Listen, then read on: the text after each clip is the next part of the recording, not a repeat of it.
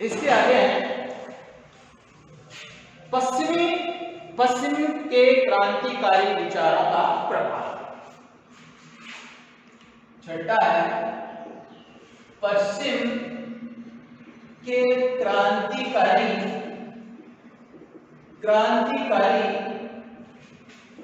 विचारकों का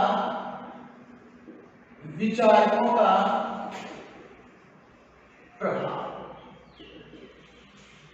भारत में राष्ट्रवाद के उदय होने के प्रभावी कारणों में पश्चिम के क्रांतिकारी विचारकों का भी प्रभाव माना जाता है।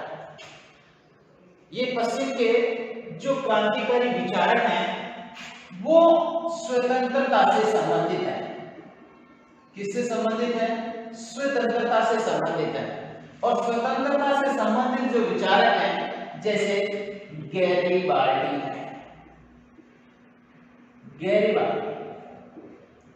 इसके साथ साथ में हम देखते हैं वाशीघटन, इसके साथ मील बैंथम, हर्बर्ट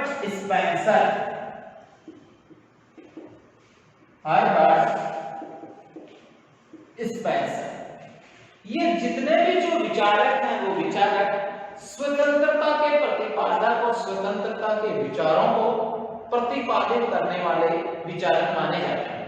और इनके विचारों के माध्यम से ही विश्व के अनेक देशों में ऐसी घटनाएं घटित हुई जिन घटनाओं के माध्यम से उनको उपनिवेशवाद से साम्राज्यवाद से क्या मिली है? मुक्ति मिली है। अब यहाँ पर स्वतंत्रता के इन विचारों में जैसे जर्मन व इटली का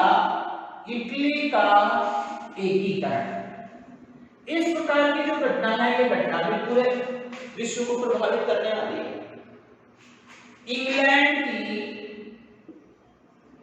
इंग्लैंड की गौरवपूर्ण क्रांति, अमेरिका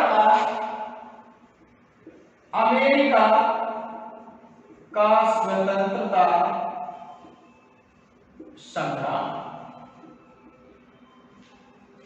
रूस की 1917 की क्रांति। ये जो घटनाएं हैं, जर्मन और इटली का एकीकरण होना है, इंग्लैंड में गौरवपूर्ण क्रांति है, अमेरिका का स्वतंत्रता संग्राम है और रूस की 1917 की जो क्या है? क्रांति है। ये जो क्रांति है वो स्वतंत्रता को क्या कर रही है? प्रतिपादित कर रही है। और इनकी स्वतंत्रता के माध्यम से उन्होंने अपने पूरे शासन को ही क्या किया गया है? शासन के ढांचे को ही बदल दिया गया है। तो हम इसके माध्यम से यह स्पष्ट कर सकते हैं कि जो भारत के अंतर्गत उग्रवादियों का जो दौर था, उग्रवाद था, भारतीय युवा वर्ग था, ये युवा वर्ग ये स्पष्ट करना चाहता है कि भारत के अंतर्गत भी क्रांति के माध्यम से क्या की जा सकती है? आजादी को प्राप्त किया जा सकता है। और इस आजादी को प्राप्त करने के लिए हमें पूरी तरह अंग्रेजी शासन का डटकर मुकाबला करने की आवश्यकता है। और इस प्रकार हम पूरी तरह से उग्रवादी आंदोलन कर जो साधन अपना रहे हैं, जिनके अंतर्गत भारत में जो हिंसात्मक जो निष्क्रिय प्रतिरोध का जो वातावरण बना, और निष्क्रिय प्रतिरोध का जो वातावरण के साथ साथ में उन्होंने क्या किया है? जो एक राष्ट्रीय शिक्षा है, स्वदेशी की धारणा है, बहिष्कार है, हड़ताल और प्रदर्शन है, इनके माध्यम से भारत को क्या कर सकते हैं? एक राष्ट्रवाद की लहर को और भी ज्यादा तेज किया जा सकता है, जो उसकी स्वतंत्रता के संबंध में लोगों को क्या किया जा रहा है? तैयार किया जा रहा है। तो इस प्रकार ये जो विदेशी जो घटनाएं हैं, वो विदेशी घटनाएं भारत में भी क्या हो रही है? प्रोत्साहन का कारण बन रही है। और प्रोत्साहन के माध्यम से क्या किया जा सकता है कि एक आजादी के लिए एक नए चरण के दौर के माध्यम से भारत के राष्ट्रवाद को नई मजबूती प्रदान कर रही है। तो हम ये कह सकते हैं कि भारतीय राष्ट्रवाद के अंतर्गत पश्चिम की जो क्रांतिकारी जो विचारक हैं, उन विचारकों का जो प्रभाव है, उस प्रभाव के माध्यम से भारत में उग्रवाद का दौर क्या हुआ, शुरू हुआ। इसके बारे में हम देखेंगे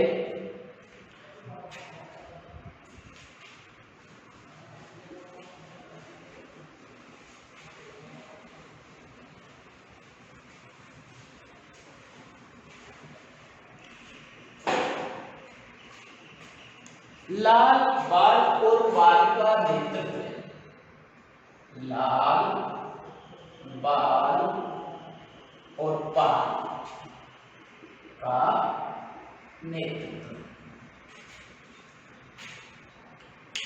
भारतीय राष्ट्रवाद के जो उग्रवादी चरण हैं, उन उग्रवादी चरणों के अंतर्गत लाला लाजपत राय, बाल गंगाधर तिलक और बिपिन चंद्र पाल का विशेष योगदान रहा है, क्योंकि सर्वप्रथम सबसे ज्यादा जो पहली बार उदारवादियों के प्रति जो असंतोष प्रकट किया गया है, उदारवादियों के प्रति क्या किया गया है, असंतोष प्रकट किया गया है। इस असंतोष में सबसे पहले जो उन्होंने स्वराज की जो कल्पना की है, स्वराज की जो कल्पना की है, वो बाल गंगाधर तिलक ने की है। किसने की है? बाल गंगाधर तिलक। और बाल गंगाधर तिलक ने स्वराज को प्राप्त करने के लिए उदारवादियों की क्या की है, आलोचनाएं की है। इस आलोचना में सबसे बड़ा आधार इसको माना जा रहा है कि बाल गंगाधर तिलक स्वराज को लेकर के भारत के अंतर्गत एक जन जागृति का आंदोलन चला। स्वराज्य मेरा जन्म सिद्ध अधिकार है और मैं इसे लेकर के रहूंगा। इसलिए ये जो स्वराज है वो भारतीयों का जन्म सिद्ध अधिकार, जन्म सिद्ध अधिकार से क्या कर रहा है, स्पष्ट कर रहा है। और जन्म सिद्ध अधिकार को लेकर के क्या किया जा सकता है, इसका मतलब है अधिकार। यहां पर किस बात पर जोर दिया गया, अधिकार। अंग्रेज अधिकारों को चाह करके भी क्या नहीं कर सकते, भारतीयों के अधिकार नहीं छीन सकते। क्यों कि अधिकार व्यक्ति की वे परिस्थितियां होती हैं जिसको क्या किया जा सकता है, राज्य के द्वारा भी हस्तक्षेप नहीं किया जा सकता। इसलिए बाल गंगाधर तिलक स्वराज्य की प्राप्ति करने के लिए क्या कर रहे हैं, एक उग्रवादी आंदोलन तैयार कर रहे हैं। और उग्रवादी आंदोलन तैयार करने के लिए उन्होंने पूरी तरह से कांग्रेस के अंतर्गत जो क्या किया गया था, 1905 के अंतर्गत उन्होंने क्या किया, 1905 के अंतर्गत जो बनारस का अधिवेशन हुआ, 1905 के अंतर्गत जो बनारस अधिवेशन याद है ना, बनारस अधिवेशन कब हुआ था, तो आप बताइए। बनारस अधिवेशन 1905 में हुआ था। और 1905 के बनारस अधिवेशन के अंतर्गत स्वराज को लेकर के क्या किया गया था, मुहिम छेड़ी गई थी। और इसके लिए ही जो राष्ट्रीय कांग्रेस थी, उस राष्ट्रीय कांग्रेस के अंतर्गत 1905 में लेकर के दोनों के बीच में क्या चली, जो बनारस अधिवेशन में, इसके अंतर्गत राजनीतिक जो भिक्षावृत्ति, उन्होंने उदारवादियों ने जो क्या किया था, राजनीतिक भिक्षावृत्ति, कौन सी नीति, राजनीतिक भिक्षावृत्ति। इस राजनीतिक भिक्षावृत्ति की उसने क्या की थी, आलोचना की थी। और इस आलोचना को लेकर के उन्होंने क्या किया कि उदारवादियों से जो 1907 में आते आते जो सूरत अधिवेशन हुआ, उस सूरत अधिवेशन के अंतर्गत कांग्रेस दो गुटों में बट गई थी, जिसमें एक गर्मपंथी और एक नरमपंथी के रूप में उनका क्या हुआ था, उदय हुआ था। और दोनों का मूल उद्देश्य भारत में राष्ट्रवादी वातावरण तैयार करना था। और इस राष्ट्रवादी वातावरण के जरिए ही क्या किया जा सकता है, भारत के अंतर्गत एकता और अखंडता का, हालांकि दोनों का उद्देश्य एक है, दोनों क्या कर सकते हैं, दोनों भारतीय आजादी के लिए क्या कर रहे हैं, प्रयत्नशील हैं। दोनों का उद्देश्य अंग्रेजी शासन में स्वशासन की प्राप्ति करना है।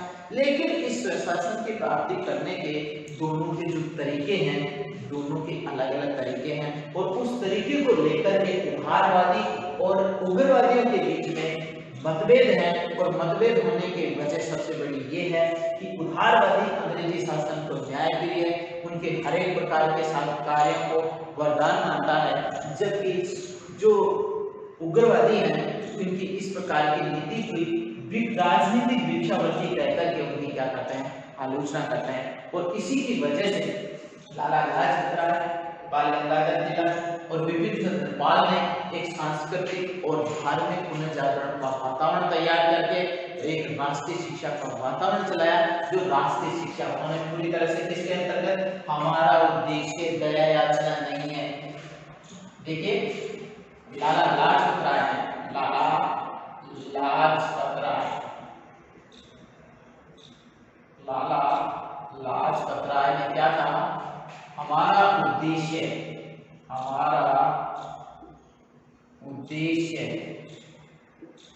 दया याचना करना नहीं, बल्कि आत्मनिर्भर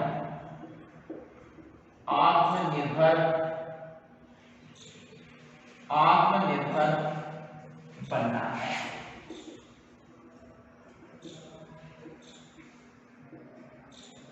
देखिए यहाँ पर सबसे बड़ी बात लाला लाजपत राय ने क्या कहा, हमारा उद्देश्य अंग्रेजों से हमारी आजादी की दया याचना करना नहीं है, बल्कि हमें क्या करना है, आत्मनिर्भर बनना है।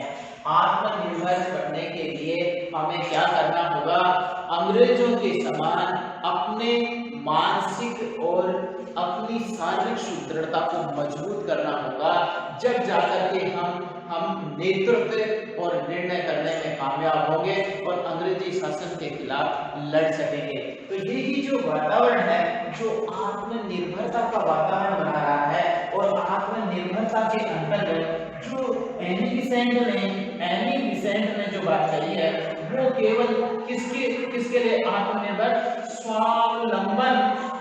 स्वावलंबन के माध्यम से राष्ट्रवाद की रणनीति तैयार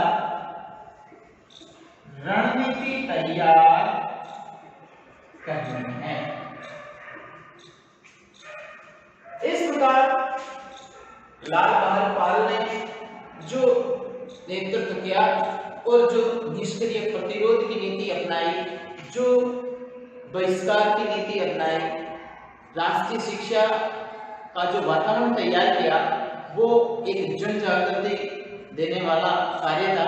और इस जन जागृति के कारण ही हमारे देश के अंतर्गत उग्रवादी आंदोलन का जो आधार है वो तैयार हुआ, और इस अंग्रेजी शासन के खिलाफ एक बहुत बड़ा असंतोष तैयार हुआ। तो इसके बाद हम देखेंगे लॉर्ड कर्जन की प्रतिक्रियावादी नीति।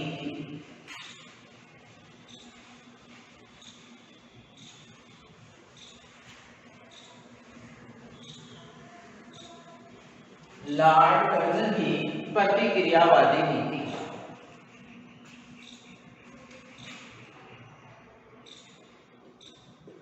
लॉर्ड कर्जन की प्रतिक्रियावादी नीति। भारतीय राष्ट्रवाद में उग्रवाद का जो उदय है, उसमें सबसे प्रमुख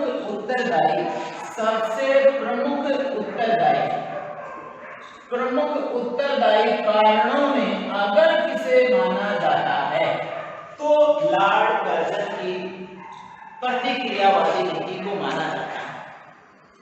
लॉर्ड कर्जन एक भारत का ऐसा गवर्नर जनरल था जो भारतीय हितों को कुठाराघात करने के लिए हर प्रकार की नीति अपनाए रखना चाहता था, जिससे वो भारत को पूरी तरह से सामाजिक क्षेत्र में, आर्थिक क्षेत्र में, राजनीतिक क्षेत्र में, सांस्कृतिक क्षेत्र में, सभी क्षेत्रों के अंतर्गत पूरी तरह से कमजोर बनाना चाहता था।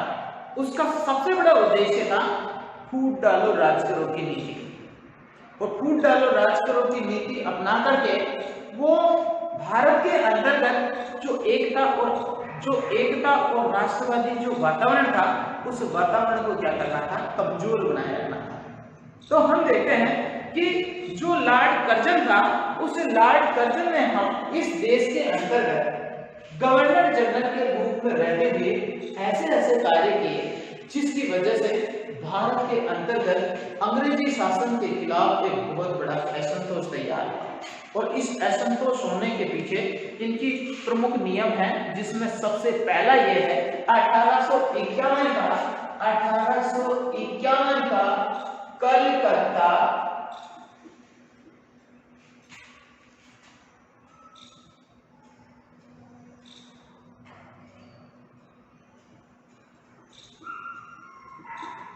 कलकत्ता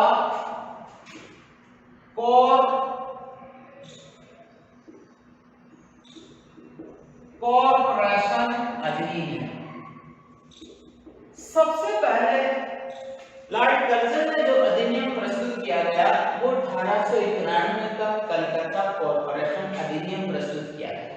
ध्यान देना, ये कलकत्ता कॉर्पोरेशन अधिनियम क्या था कि कलकत्ता कॉर्पोरेशन अधिनियम के अंतर्गत अनेक भारतीय लोग कार्यरत थे। भारतीय कार्मिक क्या करते थे, कार्यरत थे। तो गवर्नर जनरल की सबसे बड़ी महत्वपूर्ण नीति थी कि इस एक्ट के जरिए उसने क्या कर दिया, भारतीय जो सदस्य थे, इन भारतीय सदस्यों की संख्या को बढ़ा दी। भारतीय जो सदस्य संख्या थी इसको बिल्कुल ही क्या कर दी, न्यून कर दी, मतलब घटा दी गई, जिससे बहुत जो इस अधिनियम के तहत जो अनेक भारतीय जो लोग कार्यरत थे वो क्या हो गए, बेरोजगार हो गए। और ऐसी स्थिति के अंतर्गत कॉर्पोरेशन अधिनियम के अंतर्गत भारतीय हितों को सबसे बड़ा क्या मिला, कुठाराघात किया गया। उसके बाद में 1904 का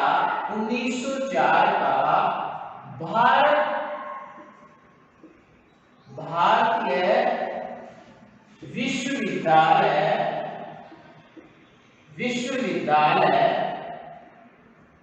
अधिनियम।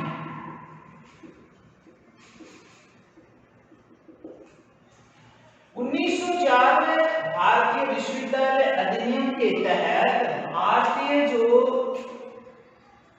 विश्वविद्यालय थे जिनके अंतर्गत भारतीय जो गैर भारतीय सदस्य थे, उसकी जो संस्कृति के आधार पर या उनकी सदस्यता के आधार पर जो रिजर्व सीटें हुआ करते थे उनको क्या कर दिया गया, बिल्कुल हटा दिया गया।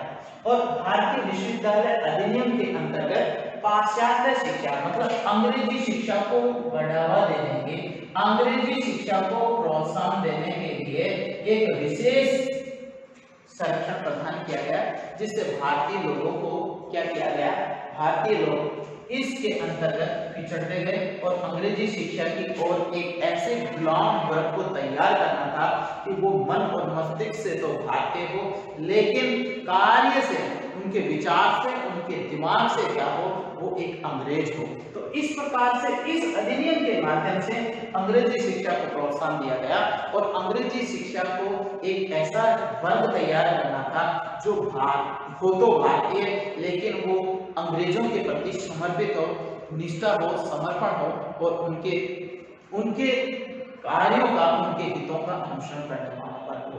तो इस प्रकार का अधिनियम प्रस्तुत किया गया। इस प्रकार के अधिनियम के द्वारा क्या किया गया कि पूरी तरह से भारतीय, इसके अलावा आप देख सकते हैं शस्त्र अधिनियम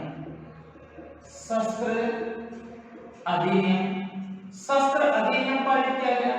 इस शस्त्र अधिनियम के तहत क्या किया गया कि कोई भी अंग्रेज अपनी सुरक्षा के लिए कोई भी अस्त्र शस्त्र रख सकता है, लेकिन कोई भी भारतीय अपनी सुरक्षा के लिए किसी भी प्रकार का कोई अस्त्र शस्त्र नहीं रखेगा।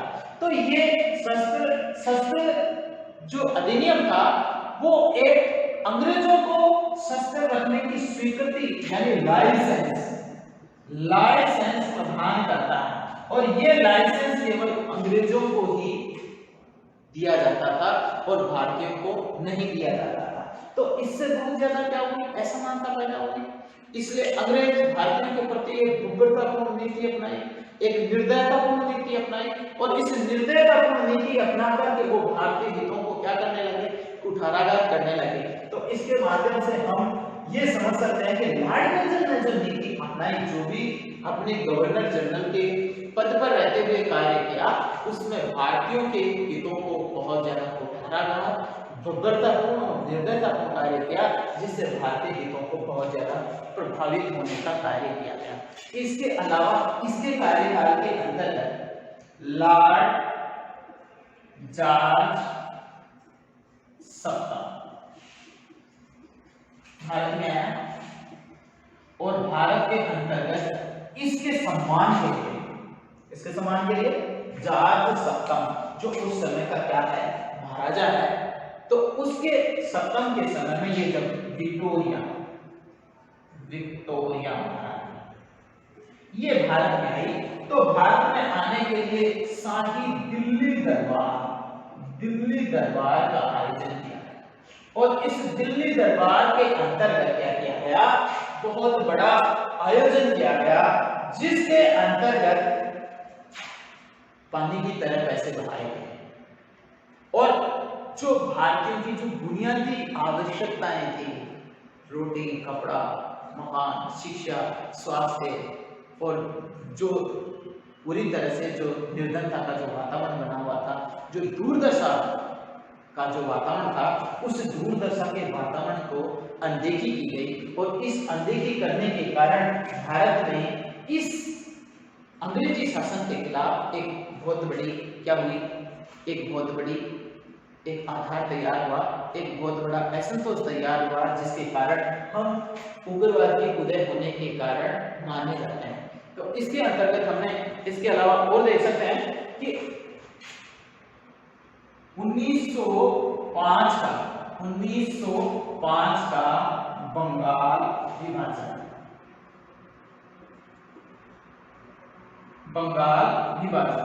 भारतीय एकता और अखंडता को सबसे ज्यादा प्रभावित करने वाला, भारतीय एकता और अखंडता को सबसे ज्यादा प्रभावित करने वाला जो अंतिम जो प्रयास था वो बंगाल विभाजन था। और बंगाल के विभाजन के बाद भारत के अंतर्गत तीव्र असंतोष की लहर पैदा हो गई और ये तीव्र जो असंतोष की लहर पैदा हुई, उस असंतोष की लहर से उग्रवादी ने हमारे देश का ऐसे समय में नेतृत्व किया जिस समय पूरा राष्ट्र एक क्रांति की ज्वाला में क्या हो रहा था, जल रहा था।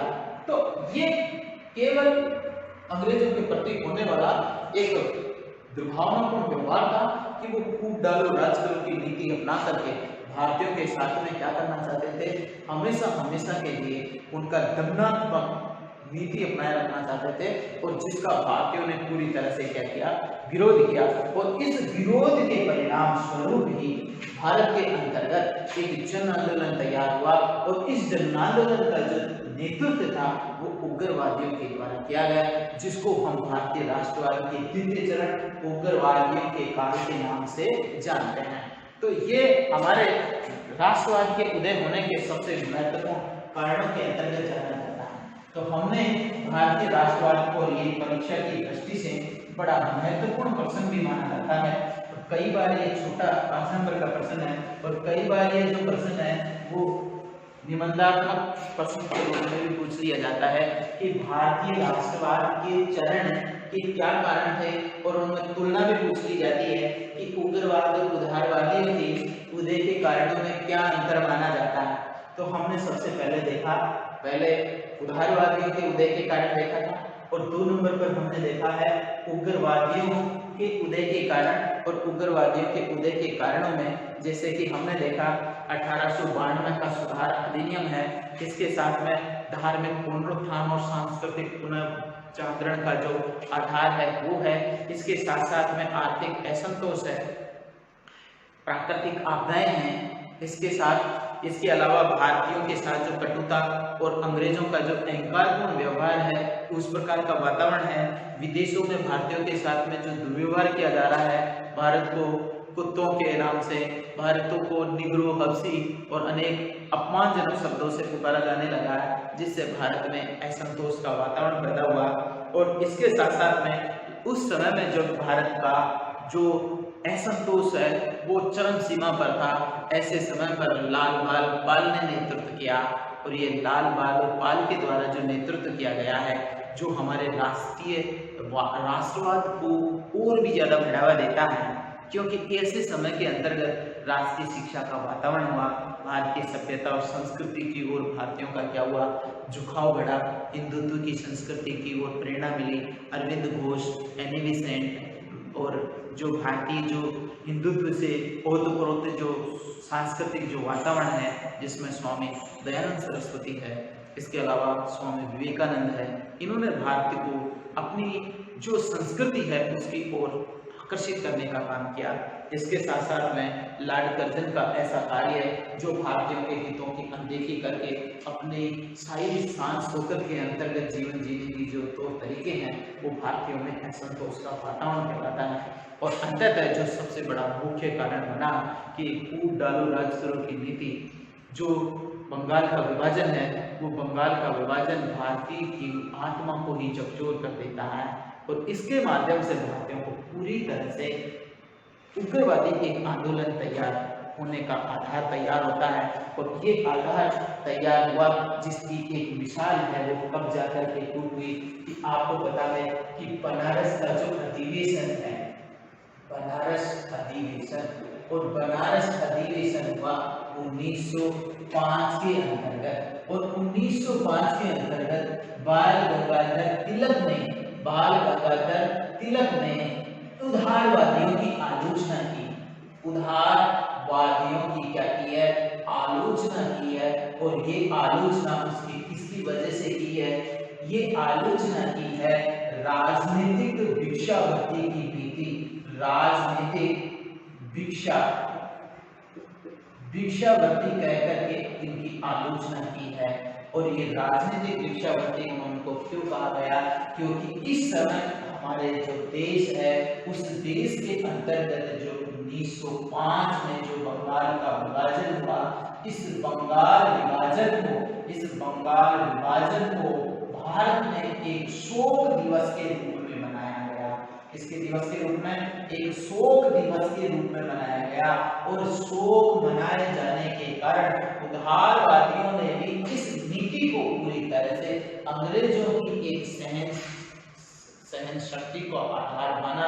उनको फिर भी अंग्रेजों के प्रति जो कृतज्ञता था, उनके प्रति जो सहानुभूति है, उनके प्रति जो न्याय का जो वातावरण है, उस न्याय के वातावरण के कारण उग्रवादियों ने तीव्र असंतोष प्रकट करते हुए राजनीतिक भिक्षावृत्ति की नीति कहकर के उसकी क्या की, आलोचना की।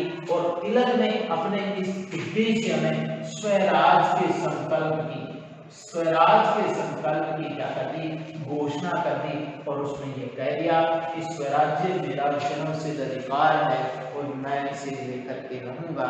और उसके लिए अनेक प्रकार से अनेक ऐसी संस्थाओं का निर्माण किया।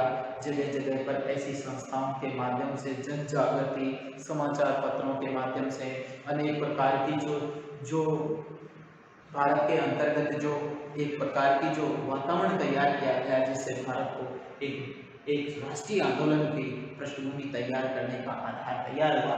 और इसके आधार पर 1907 में जाते जाते सूरत अधिवेशन, कौन सा अधिवेशन, सूरत अधिवेशन, इस सूरत अधिवेशन के अंतर्गत 1907 के अंतर्गत, सूरत अधिवेशन कब हो रहा है, 1907 के अंतर्गत। और इस सूरत अधिवेशन के अंतर्गत ये जो ये कांग्रेस की, पहले कांग्रेस के अंतर्गत जो ये कांग्रेस में जो असंतोष का जो वातावरण बन रहा है, और ये असंतोष का वातावरण अब जाकर के 1907 के अंतर्गत ये सूरत अधिवेशन में ये क्या हो गई, जिसकी जो अध्यक्षता थी वो रास बिहारी बोस ने, जिसे कहती रास बिहारी बोस ने की थी। और इस समय के अंतर्गत क्या किया गया था कि ये कांग्रेस क्या हो गई 1960 में दो भागों में बट गई, जिसमें एक का है उदारवादी और दूसरा है उग्रवादी। दूसरा क्या है? उग्रवादी। तो इस प्रकार हम अच्छी तरह से इसे देख सकते हैं कि 1885 से लेकर 1905 तक का जो कार्यकाल है वो उदारवादियों का है, और 1906 से लेकर 1919 तक का जो वातावरण है वो उग्रवादियों का काल है। इससे पहले हमारी जो राष्ट्रीय कांग्रेस है वो कांग्रेस केवल एक संस्था के रूप में ही राष्ट्रीय नेतृत्व प्रदान कर रही थी, और फिर जाकर के हमारे देश के अंतर्गत एक राष्ट्रीय वातावरण का आधार तैयार होता है।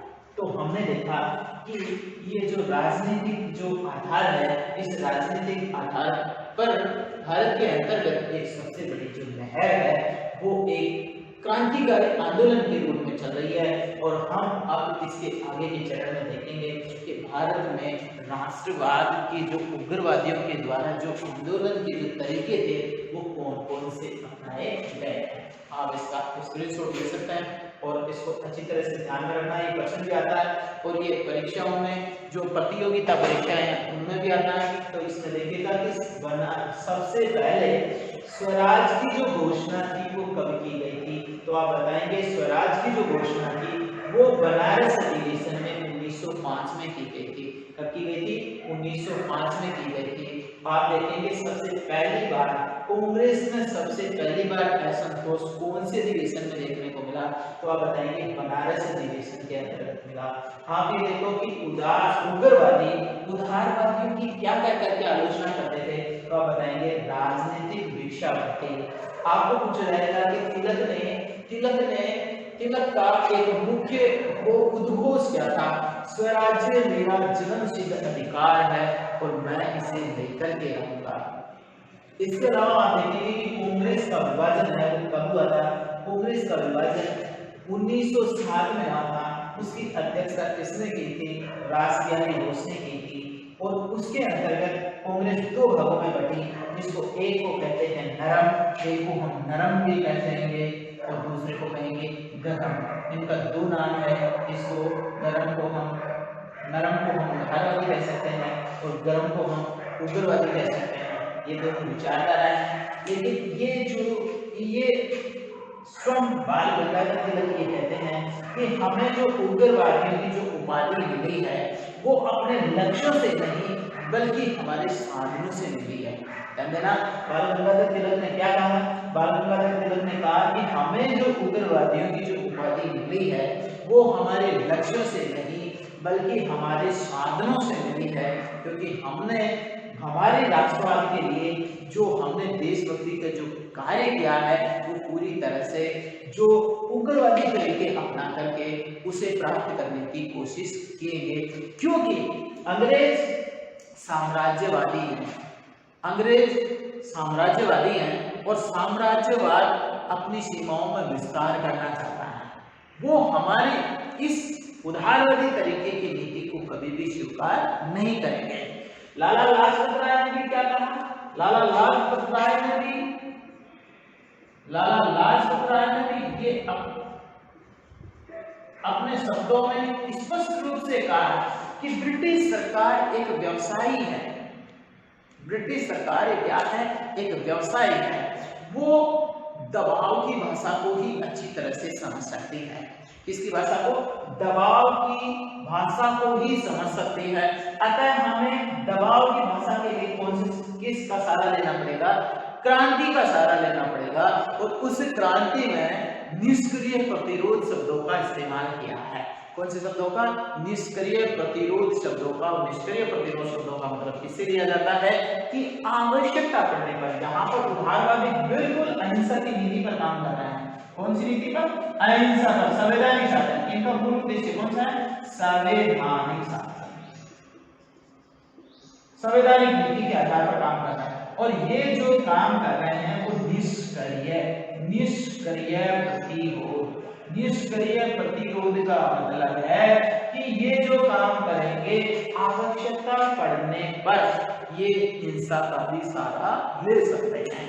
इनके अंतर्गत निष्क्रिय प्रतिरोध इस प्रकार की नीति है, क्योंकि ये तो केवल संवैधानिक तरीका ही इनका आधार है और संवैधानिक तरीके के अंतर्गत ये केवल इतना चाहते हैं कि हम याचना करेंगे, प्रार्थना पत्र देंगे, शिष्टमंडल भेजेंगे, हैं, और डेलीगेट अपना भेज करके क्या करना चाहेंगे, अपनी मांग को मनवाना चाहेंगे, और ये क्रमिक सुधारों पर आधार पर क्या करना चाहते हैं, स्वशासन की प्राप्ति करना चाहते हैं। जबकि उग्रवादी जो स्वशासन की प्राप्ति करना चाहते हैं वो केवल संवैधानिक साधनों के साथ साथ निष्क्रिय प्रतिरोध, और निष्क्रिय प्रतिरोध का मतलब ये है कि इन आवश्यकता पड़ने पर हिंसा भी की जा सकेगी, और हिंसा के लिए वो क्या करेगा, इन अंग्रेजों का सामना करेगा। तो इसके लिए उन्होंने जैसे बहिष्कार है, राष्ट्रीय शिक्षा है, बहिष्कार है, राष्ट्रीय शिक्षा है, और हड़ताल है, विरोध प्रदर्शन है, इनका भी साधन लेकर के क्या किया जाएगा,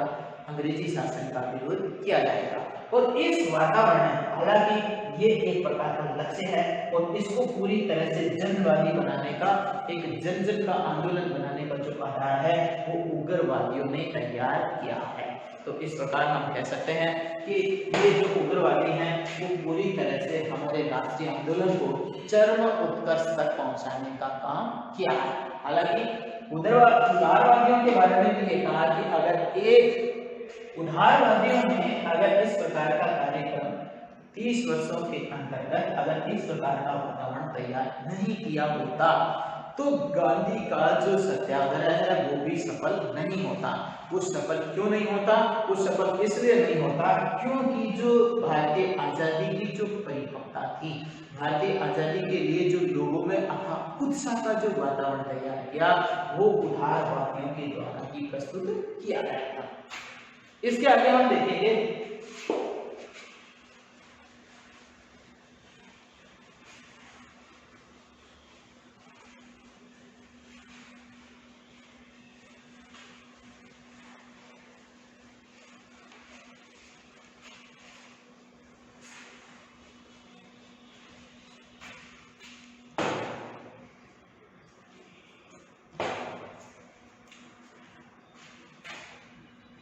उग्रवाद के साधन, उग्रवाद के साधन या तरीके। उग्रवादियों ने जो राष्ट्रवादी जो आंदोलन का जो क्या किया है, एक आधार तैयार किया है, उस आधार तैयार करने का क्या तरीका था, उन्होंने कौन सी ऐसी नीतियां अपनाई, कौन से ऐसे कार्यक्रम अपनाए, कौन से ऐसे लक्ष्य तय किए गए जिसके माध्यम से अंग्रेजों का क्या किया जा सकता है, अंग्रेजों को भारतीय शासन व्यवस्था से बाहर किया जा सकता है और उससे स्वतंत्रता प्राप्त की जा सकती है। तो उनमें सबसे पहले जो प्रभावी तरीका है, उस प्रभावी तरीके को हम सबसे पहले देख सकते हैं, एक नंबर पर है निष्क्रिय प्रतिरोध। निष्क्रिय प्रतिरोध, और निष्क्रिय प्रतिरोध शब्द का सबसे पहली बार प्रयोग किसने किया है? तिलक ने किया है। सबसे पहली बार इसने प्रयोग किया है, तिलक ने किया है। और तिलक ने ये देखे, तिलक का जो निष्क्रिय प्रतिरोध का मतलब यह है कि आवश्यकता पड़ने पर हिंसा का भी सहारा लिया जा सकता है। निष्क्रिय का मतलब सीधे शब्दों में होता है जो बिल्कुल निष्क्रिय हो। निष्क्रिय का मतलब होता है कि वो कार्य करने के लिए क्या है, जैसे जिसको आगे जाकर के गांधी ने इस निष्क्रिय को क्या किया, गांधी जी ने आगे जाकर के इस निष्क्रिय प्रतिरोध को ही किसका नाम दे दिया? असहयोग। किसका नाम दे दिया? असहयोग का बना। सविनय अवज्ञा, सविनय अवज्ञा। निष्क्रिय का मतलब है भाग नहीं लेना। शासन में भाग नहीं लेना। इसको हम दूसरे शब्दों में क्या कहेंगे? दूसरे शब्दों में हम कहेंगे बहिष्कार। इसका मतलब है बहिष्कार शब्द का सबसे पहले जो निर्माण है वो किसके द्वारा किया गया? तिलक के द्वारा किया गया। और तिलक के द्वारा निष्क्रिय प्रतिरोध का मतलब ये है कि ब्रिटिश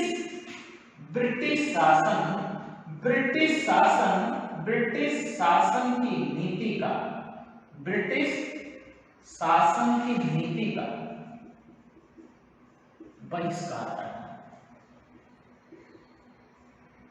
बहिष्कार करना और साथ साथ में इनकी नीति है, वस्तुएं हैं, विचार हैं, इनकी जो भी है इसका क्या किया जाए? बहिष्कार किया जाए। और बहिष्कार के द्वारा ही क्या किया जा सकेगा? अंग्रेजी शासन को भारत में घुटने टेकने के लिए क्या किया जा सकता है? मजबूर किया जा सकता है। जिस प्रकार किसी एक भारतीय नागरिक के साथ अंग्रेजी शासन के द्वारा क्या किया जा सकता है? क्या किया जाता है? अंग्रेजी शासन के द्वारा उसका अहित किया जाता है या दुर्व्यवहार किया जाता है, अपमानित किया जाता है, या उसको उसका अन्याय, शोषण, अत्याचार किया जाता है, किसी दुर्भावना से क्या है? ग्रसित है, तो उसके लिए क्या किया जाए कि उस एक व्यक्ति को जो अन्याय अंग्रेज सरकार ने दिया है उसके खिलाफ बहुत से जो सदस्य हैं वो बहिष्कार की नीति अपनाएं। और बहिष्कार की नीति अपना करके, क्योंकि अंग्रेज भारतीयों की सहायता के माध्यम से ही भारत में क्या करते हैं? शासन करते हैं। मुट्ठी भर अंग्रेज पूरे असंख्य भारतीयों को क्या नहीं कर सकते? संचालित नहीं कर सकते। वो भारतीयों का सहयोग लेते हैं, इसलिए भारतीय उसके अंतर्गत क्या करते हैं? सहयोग की नीति अपनाते, उनके कार्यों का बहिष्कार करते हैं। और उनके बहिष्कार के अंतर्गत विशेष रूप से किस किस में उनका, जैसे उन्होंने सबसे पहले उनका जो राजनीतिक बहिष्कार है, उनमें आर्थिक स्थितियों के आधार पर है, उनकी सांस्कृतिक स्थितियों के आधार पर है, इसका क्या किया जाए? बहिष्कार किया जाए। और बहिष्कार के माध्यम से भारत के अंदर उसको अंग्रेजी शासन को घुटने टेकने के लिए मजबूर किया जा सकता। तो यहाँ पर निष्क्रिय प्रतिरोध का मतलब सबसे पहले बाल गंगाधर तिलक ने निष्क्रिय प्रतिरोध की नीति अपना करके अंग्रेजी शासन का विरोध करने का आधार तैयार किया।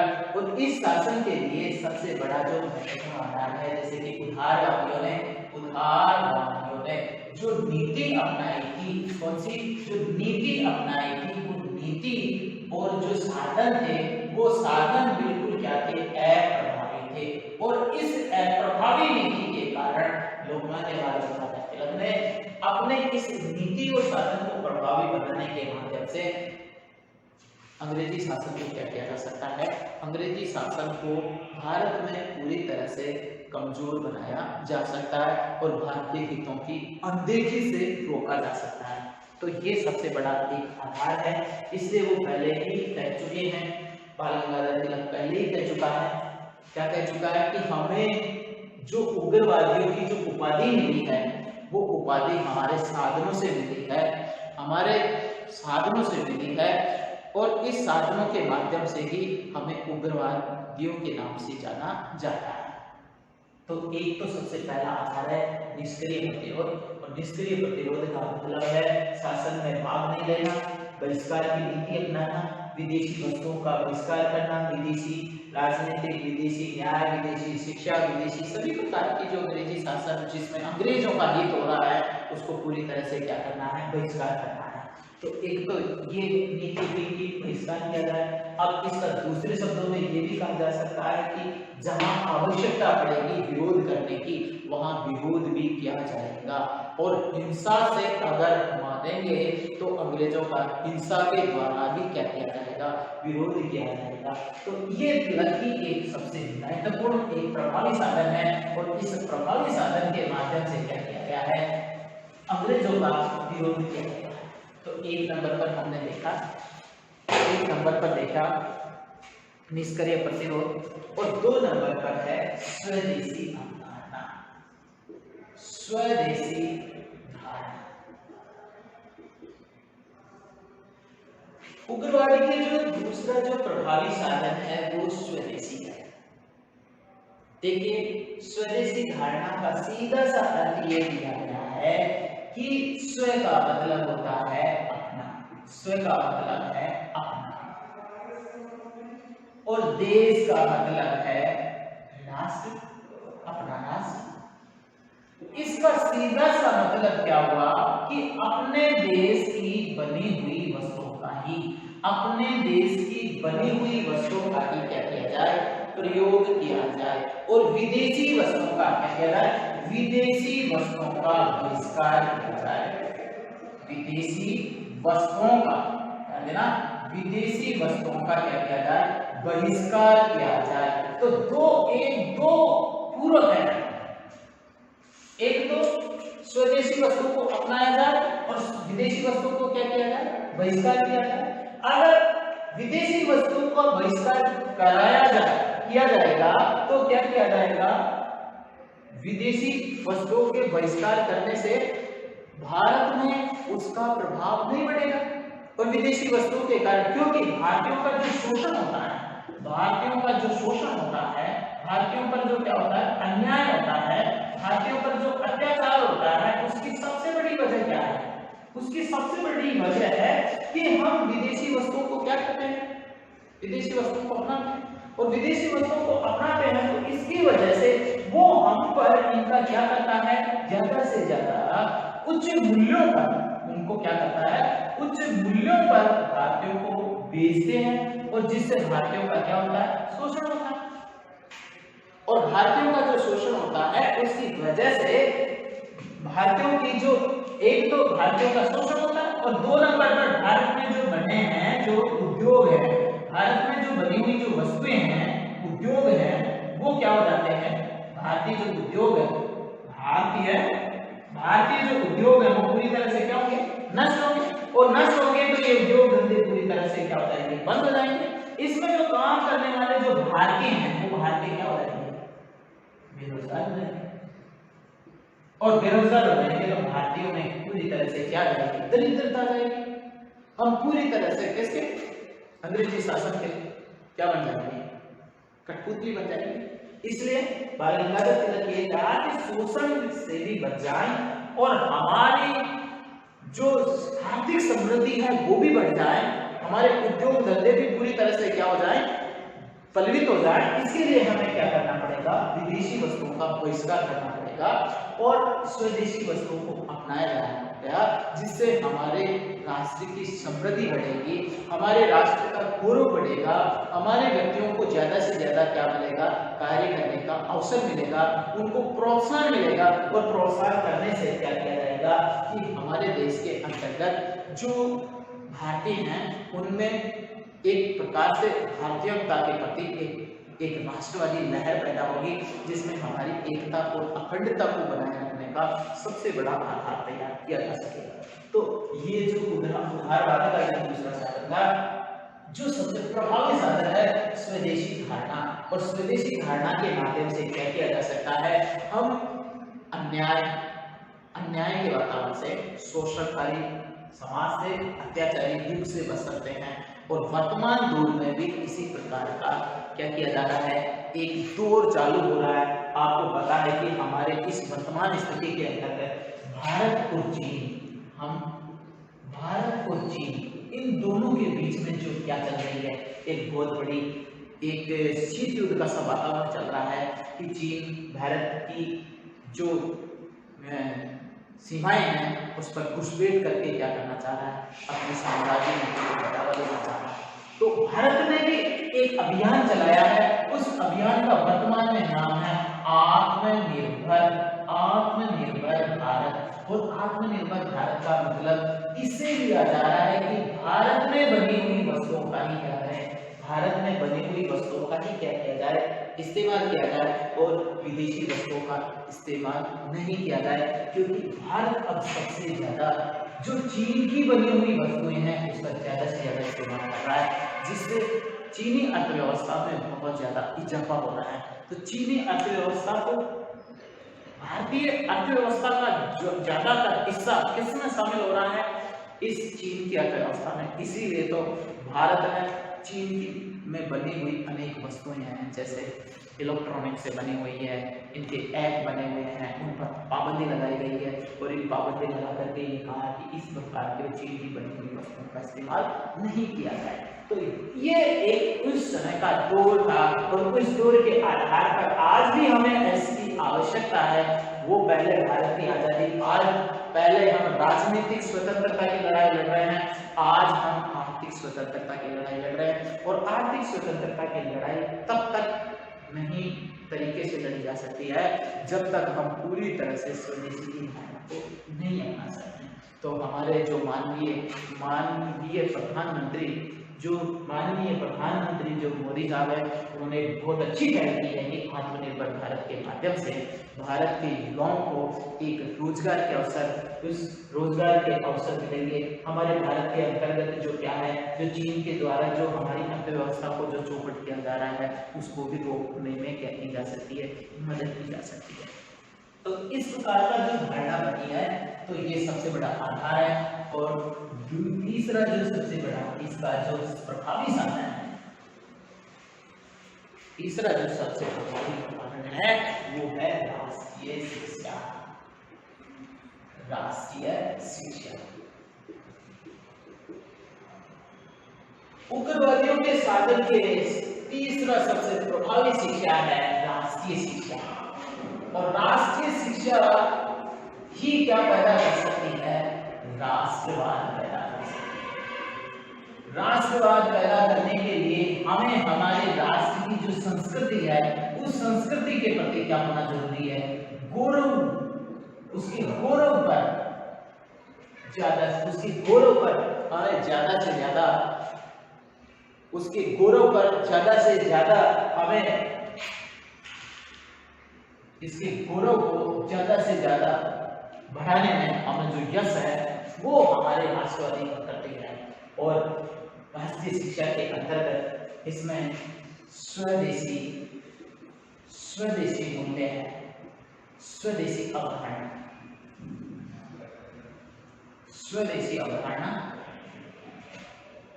2 नंबर पर हमारी राष्ट्रीय शिक्षा में हमारी जो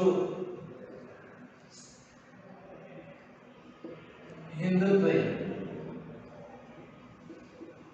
की धारणा जो सभी धर्मों में सामंजस्य बनाती है, सब में सामंजस्य उत्पन्न करती है और सबके विकास पर क्या करती है, जोर देती है। इसके साथ साथ में राष्ट्रीय शिक्षा के अंतर्गत जैसे लोकमान्य तिलक ने गणपति महाराष्ट्र में एक उत्सव शुरू किया, गणपति उत्सव और शिवाजी उत्सव।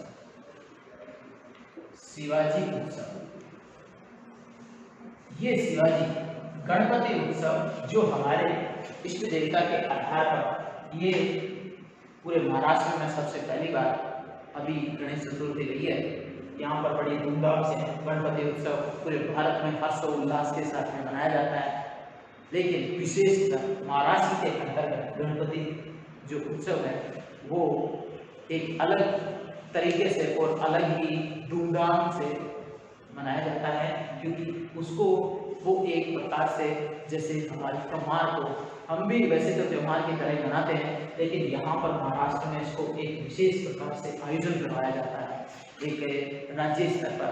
इस प्रकार से ये गणपति उत्सव 1893 के अंतर्गत लोकमान्य तिलक ने शुरू किया। शिवाजी उत्सव जो हिंदुत्व के राष्ट्रवाद की लहर पैदा की और इस लहर के आधार पर उन्होंने एक पूरे राष्ट्र के अंतर्गत जो एकता और अखंडता और विदेशी आक्रमणकर्ता को पूरी तरह से क्या किया, खत्म किया, रोकने का प्रयास किया। ये हमारे जो गौरव है, इन गौरव को हमारी राष्ट्रीयता से जोड़ करके देखा जाता है और इस राष्ट्रीयता को जोड़ करके उनको एक बुनियादी शिक्षा, बुनियादी शिक्षा का स्वरूप उपलब्ध कराया। और बुनियादी शिक्षा के अंतर्गत मातृभाषा के अंतर्गत शिक्षा को बढ़ावा दिया गया है और इस मातृभाषा के अंतर्गत अंतर्गत सबसे बड़ा महत्वपूर्ण है हिंदी भाषा को क्या दिया जाए, हिंदी भाषा को क्या दिया जाए, महत्व। तो हिंदी भाषा को प्रोत्साहन देने का कार्य किया गया और इस प्रकार एक भारत के अंतर्गत एक राष्ट्रवाद का लहर तैयार की गई जो सबसे ज्यादा प्रभावशाली रही। और इसके रूप में हम देख सकते हैं कि जो उग्रवादियों के द्वारा जो प्रभावी साधन अपनाए गए जिसके अंदर निष्क्रिय प्रतिरोध है, 2 नंबर पर स्वदेशी की अवधारणा है, 3 नंबर पर है राष्ट्रीय शिक्षा है। ये प्रभावी साधन रहे और ये जन आंदोलन तैयार करने में अपनी महत्वपूर्ण भूमिका अदा करते हैं। और आज हमने जो उग्रवादियों का जो अध्याय पढ़ा है इसी के परिणाम स्वरूप, इसी के राष्ट्रवादियों के परिणाम स्वरूप ही 1909 का 1909 का मार्ले-मिंटो सुधार अधिनियम प्रस्तुत किया था। सुधार अधिनियम प्रस्तुत किया गया था जो उग्रवादियों के द्वारा जो अंग्रेजी शासन का विरोध किया गया था। इस विरोध को पूरी तरह से असंतोष के रूप में एक ज्वाला देखने को मिली है और अंग्रेजी शासन इस व्यवस्था को शांति करने के लिए 1909 का मार्ले-मिंटो सुधार अधिनियम प्रस्तुत किया गया है जो सांप्रदायिक निर्वाचन प्रणाली की भी एक आधारशिला तैयार करती है। क्योंकि इस पहली बार 1909 के अधिनियम में ही हिंदू और मुस्लिमों को अलग अलग राजनीतिक प्रशासनिक क्षेत्रों के अंतर्गत सीट प्रदान की गई थी। तो आज हमने जो उग्रवादी राष्ट्रवाद का चरण देखा, जो राष्ट्रवाद का द्वितीय चरण था वो उग्रवादी चरण था, वो लालवाल पाल के द्वारा नेतृत्व किया गया चरण था जिसके माध्यम से भारत के अंतर्गत भारतीय राष्ट्रीय आंदोलन की जो पृष्ठभूमि थी उसको आगे बढ़ाने का जो महत्वपूर्ण कार्य किया है। और इस कार्य के द्वारा भारत की आजादी का एक नया अध्याय जुड़ा है और हम इसे पूरी तरह से क्या कर रहे हैं, एक भारतीय राष्ट्रवाद से जोड़ करके देख रहे हैं जो हमारी आजादी का सबसे बड़ा कारण है। तो हमने आज इसको उग्रवाद को इसके जो उदय के कारण थे उसके जो प्रभावी जो साधन है उनको मूल्यांकन के रूप में हमें देख रहे हैं। शॉर्ट के अंदर देखा है 1909 का मार्ले-मिंटो सुधार अधिनियम पारित किया गया है जो सुधार अधिनियम सांप्रदायिक निर्वाचन प्रणाली की शुरुआत करता है जिसमें पहली बार राजनीतिक क्षेत्र में जो पहली बार जो हिंदू और मुस्लिम यानी धर्म के आधार पर क्या किया गया है, उनको जो स्थान है वो आवंटित किए गए हैं। ये इनकी सबसे महत्वपूर्ण उपलब्धि रही है। तो हमने आज के इस वीडियो के अंतर्गत हमने उग्रवादियों के उदय के कारण देखे और ये बहुत ही सरल शब्दों में देखे हैं। हम ये जानते हैं कि ये आपको ये जो आज का जो हमारा जो बिंदु था वो बहुत समझ में आया होगा।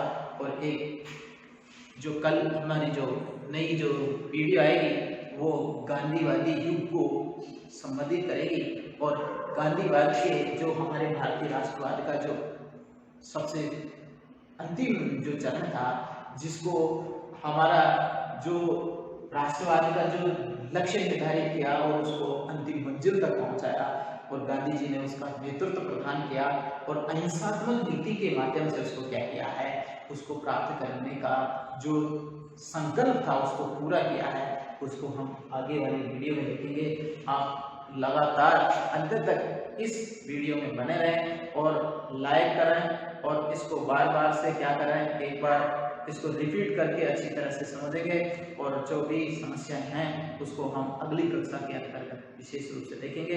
तो आप आगामी कक्षा के अंतर्गत हम एक गांधी युग की शुरुआत करेंगे और गांधी जी के द्वारा जो हमारी आज़ादी का जो स्वतंत्रता संग्राम में जो भूमिका निभाई है भारतीय राजनीति में उनकी जो योगदान है उसको हम देखेंगे। धन्यवाद। आज बस हम इतना